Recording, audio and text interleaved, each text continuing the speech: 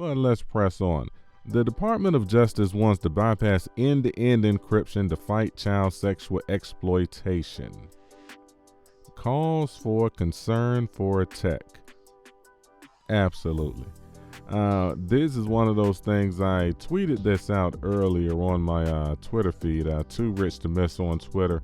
Be sure to follow me on Twitter, and be sure to like, share, and subscribe to this video. Now, when I initially saw this and I went through and I read the article, I'll tell you what it made me think about. It made me think about 9/11. And 9/11 was really terrible, and everything, and the people that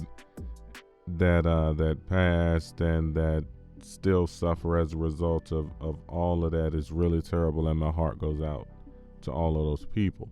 But now, the thing that I think about is what came out of 9/11 is what is now known as the Patriot Act. And the Patriot Act arguably can be said to be an invasion of privacy, depending on what the situation is. So we got the Patriot Act out of 9/11. Now, and once again, we can kind of go back and forth and argue about what is needed as far as surveillance and what is not needed.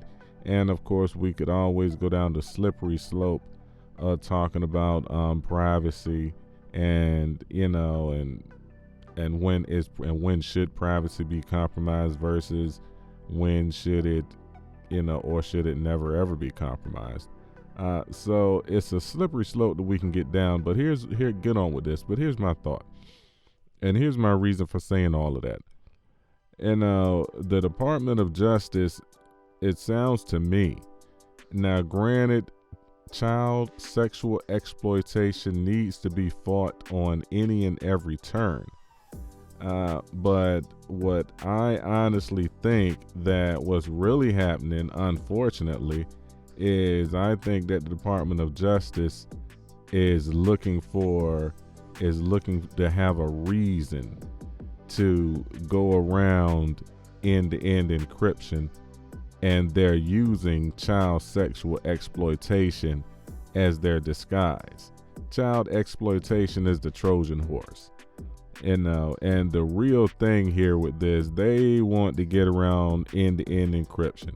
They don't want end-to-end encryption they want to be able to see and spy on any and everything that we do. And anytime that there's anything that we can do amongst ourselves that the government can't readily get into, it tends to be a problem.